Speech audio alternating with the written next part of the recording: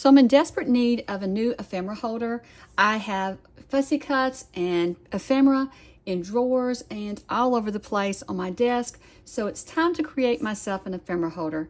And so I've created this one, and I want to show you how I created it. It has lots of room for pockets, and then you have the larger pockets on the side here that are great for die cuts and other larger pieces.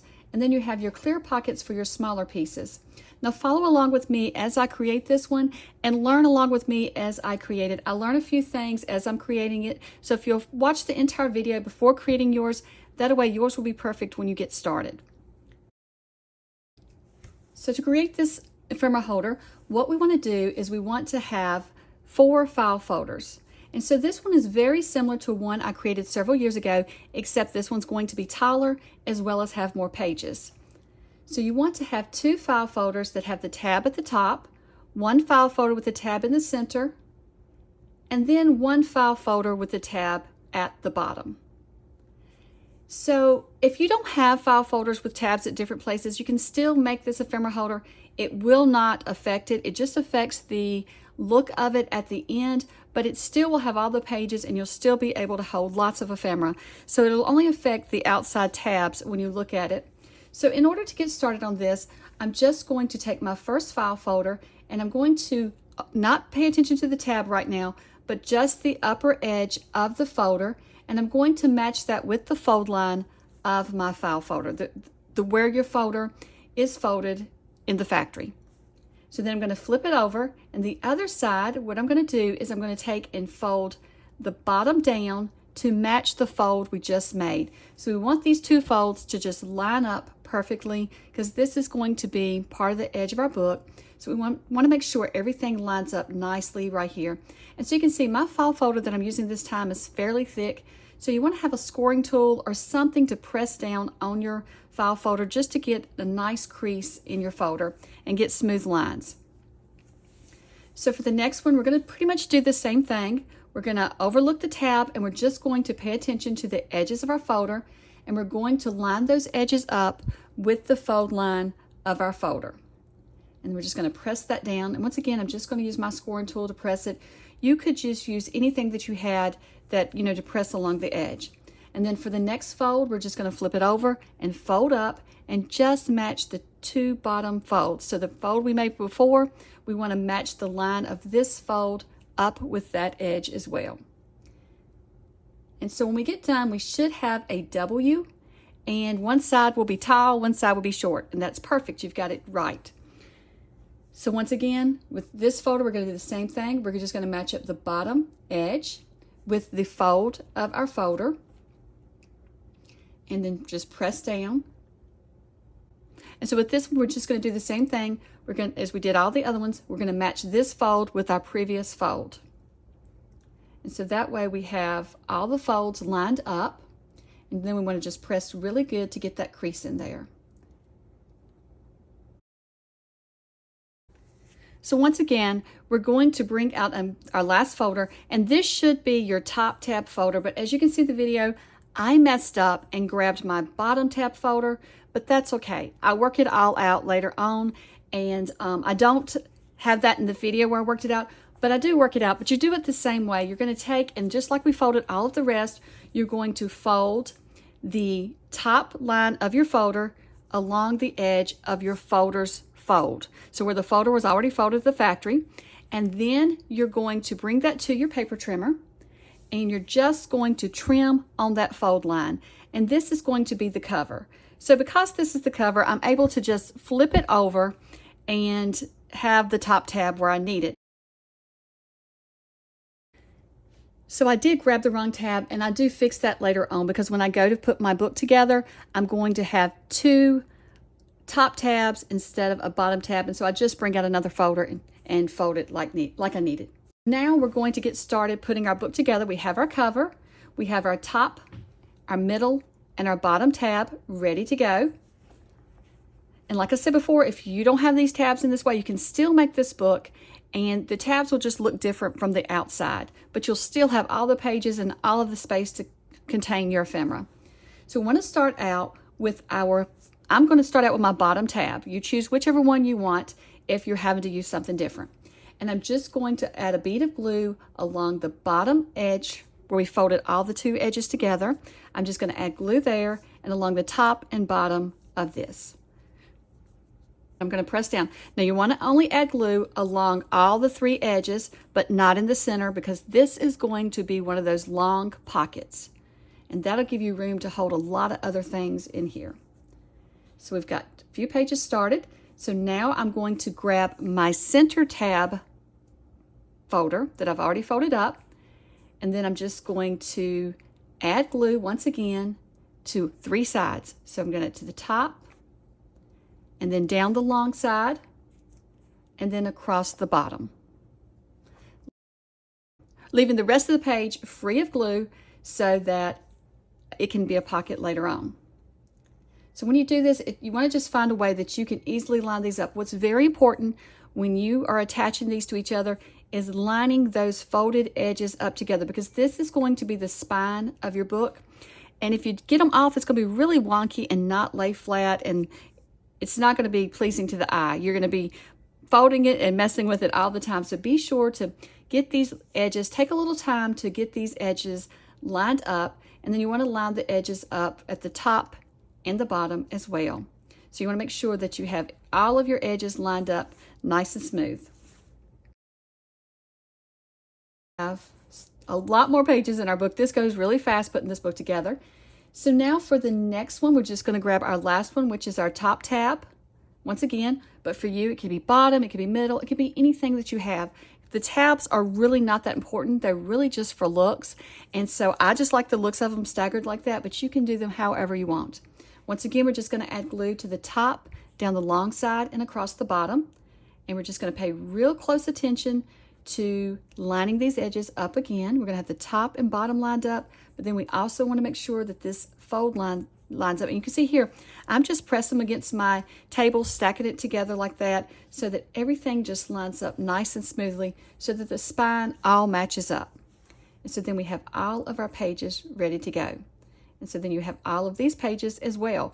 Last time we glued these shut, and so they were just slip-in pockets. What I found with my ephemera holder was I couldn't fit anything in there once I got all of my ephemera. You can see here the pockets were pretty much pressed shut once I got all the ephemera in there. So I thought this would be better to just use all of these as pages, and then I'm going to add a ribbon later once I get it all stuffed and full. But we're getting ahead of ourselves. So let's go ahead and get started. So what I want to do first is I just want to decorate my pages. And so what I've done is I've cut paper to measure 4 1/4 by 11 1/4. Now, if your file folders come in a different size, I think they're all universal, but if they come in a different size, just match the size. Just make your paper about 1/4 of an inch shorter than the page and 1/4 inch not as wide, smaller than the width of the page, and that way you'll get that border. And I like the border. I guess you could cover it up if you didn't like the border, but I think the border adds a little something to it. So really, when you decorate it, it's totally up to you. If you wanted to cover the entire piece, you could, but I found doing it this way was the easiest for me, and it was more pleasing to my eye and what I like. So also, as I said before, I'll give you some pointers along the way what I learned. So I started out thinking I was just going to use my wet glue to glue these long strips on, but then I realized that's a lot of glue. And for me, my glue under these lights dries quickly, so I knew that it wasn't going to be great. So what I did was, for this page, I glued around the edges, and then I just used my ATG to add some double-sided tape and then attach the pages. And I did forget to mention, but I showed you in the video here, for the rounded edges, I'm just using a little punch that has the 10mm rounded corner, and I've just rounded that one corner to match the one corner that's rounded on the front. And then for the next page, it's going to be a different size. For those, you cut those down to 3 1/2 by 11 1/4. And so that just gives you a little bit of border of your file folder. And that's what I used for my pocket size as well, as that width. So I will be sharing that. So you can see on this page, there was a round corner. So I just used my punch to punch that round corner. So not all of the pages will have that round corner. So what I did was I dry fit my pages to see where I need to punch the corners, and then I punched them, and then I added the double-sided tape to them. If you already have one of these tools, you're familiar with it. The double-sided tape, once you touch the other page, it's going to be stuck. So be sure to slowly line everything up before you touch the page. And you can see here, that's what I do each time. Now here's a little pointer to make everything more pleasing to your eye. I take my paper and start at the bottom, and I know it's hard to see, but because this book was so tall, it was hard to show everything on screen. But I just take the bottom edge and I line it up with the page before, so when they're side by side, everything seems to line up, because you could get a little off if you just eyeball each one. So I use the first one I put down to line the second one up. Okay, so we're back to, now we're going to this page, and so this one actually has one corner that needed to be punched as well. So I'm not going to decorate the whole book with you. I just wanted to show this to you and give you a few pointers on what I did, and that I found the double-sided tape using the ATG was the easiest for me, but you could use wet glue. You could even use decoupage glue, but what I would say with that is, you know, don't use a lot. Use a very thin layer so that you don't wrinkle your pages. But there's so many glue options. If glue sticks work for you, then that would be awesome. For some reason, I don't know if it's where I live or the humidity or non-humidity that's in my home, but glue sticks don't stick for me. So I have a whole bunch of them and I can't get them to work for me. So use what works for you. So you can see here, I've covered all of my pages on the front side, and now I've got to work on the back side. But first, my favorite thing is decorating. So I want to decorate my cover up. And so my paper pack, and a lot of paper packs have this, they'll have a sheet in it that has journaling cards, or it has tags, or it'll have some little something like that to decorate with. So that's what I did. I cut this page apart, and I'm just using the pieces to decorate my cover. And then I wanted some wording on my tabs. So this was a square that had, I kind of remember now, collect beautiful moments. And so what I did is I just cut those apart. They were supposed to be all together. I cut those apart, and I'm just going to add those to my tabs to go down the front of my book to say collect beautiful moments, just because I thought that was pretty, and I love the fonts on it and just the look of it. I did look through my cutouts and found another one for the last tab in the book, but it doesn't match with those. It just says together. Okay, so this part of the page was bothering me. There's a long open strip on some of these pages. So what I'm doing is I'm just going back and adding a 1/2-inch strip to the edge of the page. And I know it's really hard to see on camera because I decided not to ink my file folder, but hopefully you can see this. So what I'm doing is I'm just going to trim this down to fit that edge, and I'm lining it up. I did punch the edge there to match the curve, and then I will cut it down to a 1/2 inch, and you can see here that it kind of fills in that blank space. I think if you were inking, you wouldn't have to do this, but I decided I didn't want to ink with this paper. So here you can see where I added those strips. Just another quick flip through so you can get an idea of how it's looking. I added a strip on that page as well. And then I've gone ahead and covered the back, and I've gone ahead and covered the other pages on the back side of the book. So now here are the pockets, and I have a video showing you how I created these pockets. So I'm going to start out by, I'm going to show you different ways that I attach these pockets. Now I created these pockets myself, but you can purchase pockets like this from Amazon, but I also have a video I will link below because I am on a budget. So I'm using what I have in my craft room. And so I encourage you to go through your craft room and use what you have as well. So I had plenty of laminating sheets, and I had a laminator, and I had time. So I made my own pockets. But of course you can buy these label pockets on Amazon, but it didn't fit my budget for this week. So I wanted to make my own. And so I do have a video. Like I said, I'll link that below. These are very simple to make, and it takes laminating sheets. And just watch that video. I have a whole list in that video. I don't want to tell you wrong in this one. And so I created those, and so I have my pockets, and these pockets are 4 1/4 by 2 inches. And so I found that these, this was a good size, I think, for most of my ephemera. So I am just attaching these to the page using my double-sided tape. Now I showed you before the double-sided tape on the roll. Continue watching before you start using that tape because I want to show you about that as well. But I'm using my ATG double-sided tape right now, and what I found was in order to use this, what you really need to do is bring out your scoring tool once again and press down really well.